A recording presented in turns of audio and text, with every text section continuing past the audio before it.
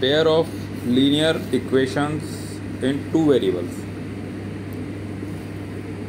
Linear equation in one variable हम already study कर चुके हैं, x + 5 = 0। ये एक लीनियर इक्वेशन है। क्यों?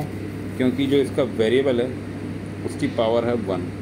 पावर 1 है तो लीनियर इक्वेशन है, और एक ही वेरिएबल में है, इसलिए linear equation in one variable है। बट अब यहाँ पे क्या बात चल रही है? यहाँ चल रहा है अपना topic linear equation in two variables, like x + 2y = 3। यहाँ पे हमारे पास वेरिएबल दो हैं, x और y, और इनकी जो पावर्स हैं वेरिएबल्स की वो एक है दोनों की। तो ये लीनियर इक्वेशन है, linear equation in one variable, sorry linear equation in two variables. But यहाँ पे स्टार्टिंग में एक और वर्ड आपको दिया हुआ है, that is pair of. Pair क्यों चाहिए? तो सपोज ये जो इक्वेशन दी हुई है, इस इक्वेशन में अगर मैं x की वैल्यू 0 रखता हूँ तो y की वैल्यू मुझे 3 मिलेगी, 3/2 मिलेगी। अगर मैं x की वैल्यू 1 रखता हूँ तो y की वैल्यू मुझे 1 मिलेगी। अगर मैं x की वैल्यू सपोज 3 रखता हूँ तो y की वैल्यू मुझे 0 मिलेगी। ठीक है, तो इस तरीके से मैं x की वैल्यू रखता जाऊँगा, कुछ भी वैल्यू रखता जाऊँगा, y की कुछ ना कुछ वैल्यू मिलती जाएगी। क्यों? क्योंकि ये जो इक्वेशन है ये एक लाइन को रिप्रेजेंट करती है। ओके, इस लाइन पे x वेरी होता रहेगा, y भी वेरी होता रहेगा। अब अगर मुझे x और y की डेफिनेट कोई वैल्यू चाहिए तो वो तभी मिल सकती है जब मुझे कोई दूसरी इक्वेशन भी मेरे पास हो, यानी कोई एक दूसरी लाइन हो जो इस लाइन को इंटरसेक्ट करे। ये इक्वेशन एक लाइन को रिप्रेजेंट करती है। सपोज ये एक लाइन नंबर 1 है तो मुझे एक लाइन नंबर 2 भी चाहिए। क्यों? क्योंकि जब वो दो लाइनें होंगी और वो दो लाइनें एक दूसरे को इंटरसेक्ट करेंगी तो एक ही पॉइंट पे इंटरसेक्ट करेंगी, और वो जो एक इंटरसेक्ट करने वाला पॉइंट होगा वो इन दोनों लाइंस का सॉल्यूशन हो गया। x और y की डेफिनेट वैल्यू मुझे मिलेंगी। अगर मैं केवल एक ही इक्वेशन की बात करूँगा तो मुझे कई सारी वैल्यूज़ मिलेंगी, x और y की कई वैल्यूज़ मिल जाएंगी ग्राफिकली अगर मैं इसको रिप्रेजेंट करता हूँ तो मुझे चाहिए दो इक्वेशंस, पेयर ऑफ इक्वेशंस, ताकि मैं x और y की डेफिनेट वैल्यूज़ फाइंड आउट कर सकूँ। तो अब इसी एग्जांपल में हम एक और इक्वेशन यहाँ पे लिख लेते हैं। Suppose 2x + y = 3। इसे हम सॉल्व करते हैं। वैसे तो आप already equation in two variables को सॉल्व करना 9th क्लास में स्टडी कर चुके हैं, पर फिर भी अब एक बार मैं आपको इसको सॉल्व करके दिखा देता हूँ। जो पहली इक्वेशन है, ये वाली इक्वेशन, इसे मैं 2 से मल्टीप्लाई कर देता हूँ। सिंपल बेसिक मेथड है, आप ऑलरेडी पढ़ चुके हैं। और जो दूसरी इक्वेशन है उसे मैं एज इट इज लिख देता हूँ।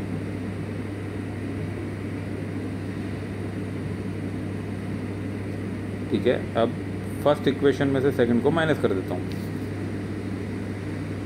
तो क्या होगा? जब मैं इसे माइनस करता हूँ तो क्या बचेगा? ये दोनों नलीफाई हो गए तो 0, ये 4y और -y यानी +3y और 6 - 3 यानी 3। तो यहाँ से मेरे को मिल गया y = 1।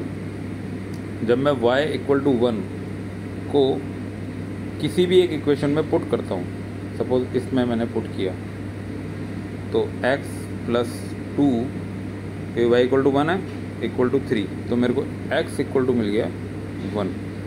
तो ये दोनों जो इक्वेशंस हैं इनका सॉल्यूशन मुझे मिल गया x = 1 y = 1।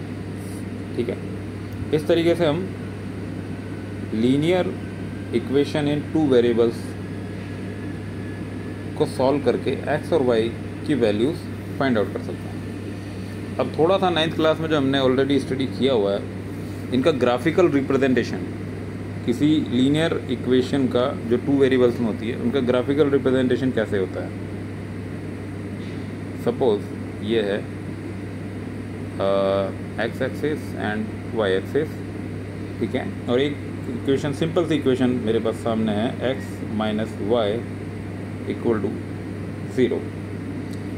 इस इक्वेशन में जब मैं x = 0 रखता हूँ तो y = 0 आएगा, यानी ओरिजिन पॉइंट ये वाला पॉइंट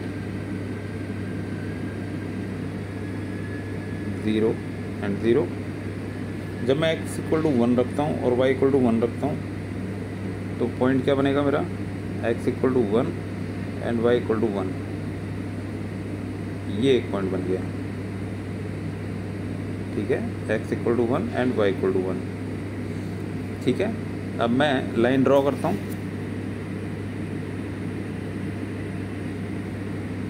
ये लाइन जब मैं x = -1 रखता हूँ और y = -1 रखता हूँ, x = -1 पे y = -1 आएगा, तो ये कुछ इस तरीके से बनेगा।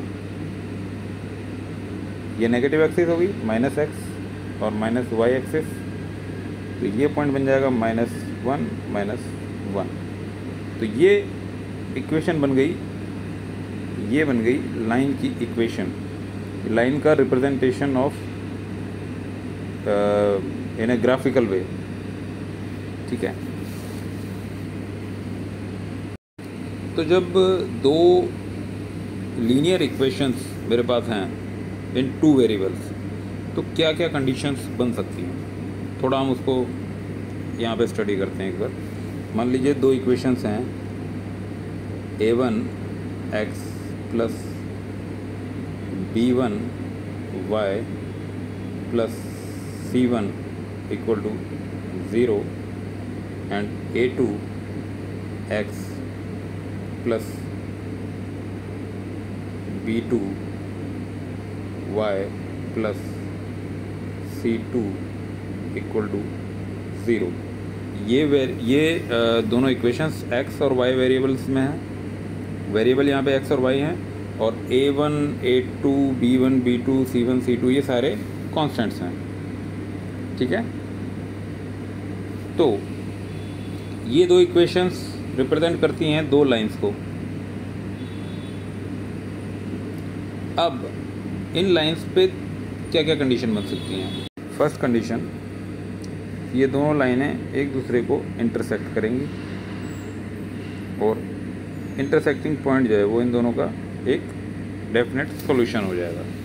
एक्स और वाई की डेफिनेट वैल्यू मुझे वहाँ पे मिल जाएंगी, जो कि दोनों लाइंस पे सेटिस्फाई होंगी।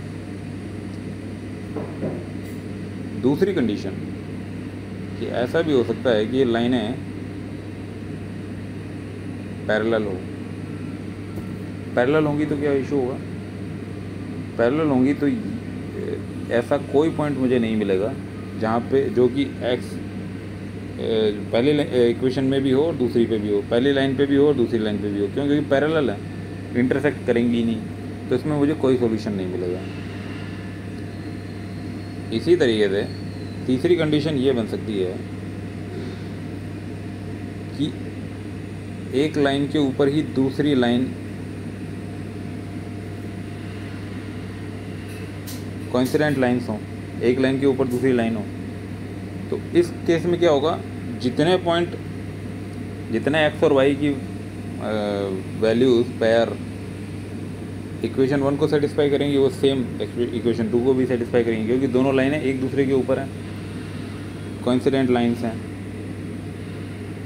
तो क्या हम लाइन की इक्वेशन को देख करके ये बता सकते हैं कि वह लाइनें पैरेलल होंगी, वो लाइनें इंटरसेक्ट करेंगी, या वो लाइनें कोइंसिडेंट लाइनें होंगी?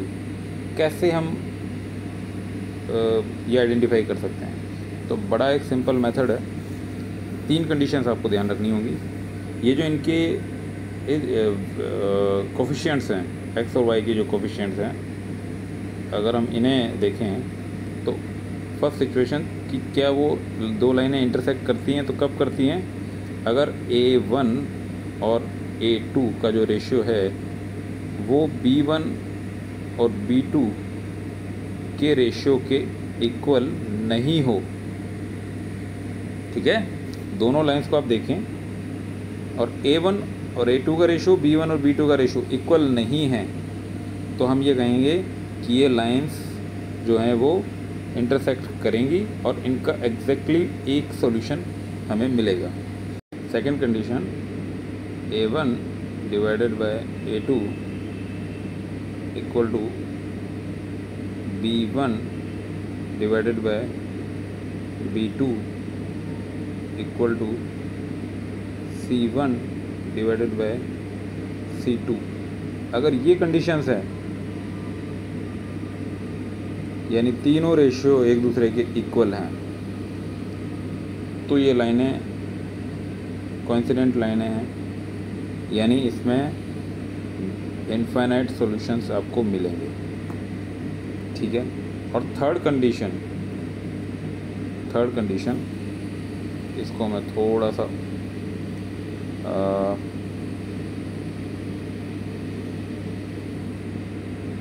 सेपरेटली एक बार अलग से ये इक्वेशन लिखता हूँ। ये जो रेशियो है, ये रेशियो इसी तरीके से, ये रेशियो दोबारा मैं लिख देता हूँ। A1 divided by A2, B1 divided by B2 and C1 divided by C2। ठीक है, यही जो सेम था इसी को मैंने दोबारा लिख दिया, लेकिन अब क्या होगा, पैरेलल में A1 और A2 का रेशियो B1 और B2 के इक्वल तो होगा, जैसा कि यहाँ पे भी है, कॉन्सिडेंट लाइन में भी है, क्योंकि कॉन्सिडेंट लाइंस भी पैरेलल लाइन ही हैं। तो ये चीज़ तो आपको मिलेगी, बट ये नहीं मिलेगा। समझ रहे हैं? यानी अगर आपको A1 A2 का रेशियो B1 B2 के इक्वल, तो B1 B2 के रेशियो के इक्वल तो मिल रहा है, बट C1 C2 के रेशियो के इक्वल नहीं है। इट मीन्स ये पैरेलल लाइंस हैं और इनमें आपको कोई सॉल्यूशन नहीं मिलेगा। ठीक है, तो क्या हुई 3 कंडीशंस जो अभी हमने स्टडी की हैं, एक बार थोड़ा सा दोबारा से उनको कंडीशंस को समझ लेते हैं। 2 हमारे पास लाइंस हैं, A1x plus B1y plus C1 equal to 0 and A2x plus B2y plus C2 equal to 0। तो ये लाइंस में अगर A1 A2 का रेशियो यानी x के कोफिशिएंट्स का रेशियो B1 B2 के रेशियो यानी y के कोफिशिएंट्स के रेशियो के इक्वल नहीं है, तो अगर ये रेशियो इक्वल नहीं है तो ये लाइनें इंटरसेक्ट करेंगी और एग्जैक्टली एक सॉल्यूशन आपको मिलेगा। ठीक है, यानी ये वाली कंडीशन बन गई, 2 लाइंस और इनका एक ये इंटरसेक्टिंग पॉइंट। ठीक है, दूसरा कंडीशन कि अगर ये जो तीनों रेशियोज़ हैं A1 by A2, B1 by B2 और C1 बाई C2 ये इक्वल हैं, तो ये लाइनें कोइंसिडेंट लाइनें हैं और इसमें कई इनफाइनाइट मैनी सॉल्यूशंस आपको मिलेंगे। ठीक है, और तीसरी कंडीशन कि अगर A1 और A2 का रेशियो B1 B2 के इक्वल तो है, यानी यहाँ तक की कंडीशन तो सेम है, ये वाली यहाँ तक तो सेम कंडीशन है, बट C1 और C2 का जो रेशियो है वो A1 A2 या B1 B2 के रेशियो के इक्वल नहीं है, तो इस कंडीशन में लाइंस पैरेलल होंगी और इसमें आपको कोई सॉल्यूशन नहीं मिलेगा। ठीक है, तो ये आपकी 3 कंडीशंस हैं।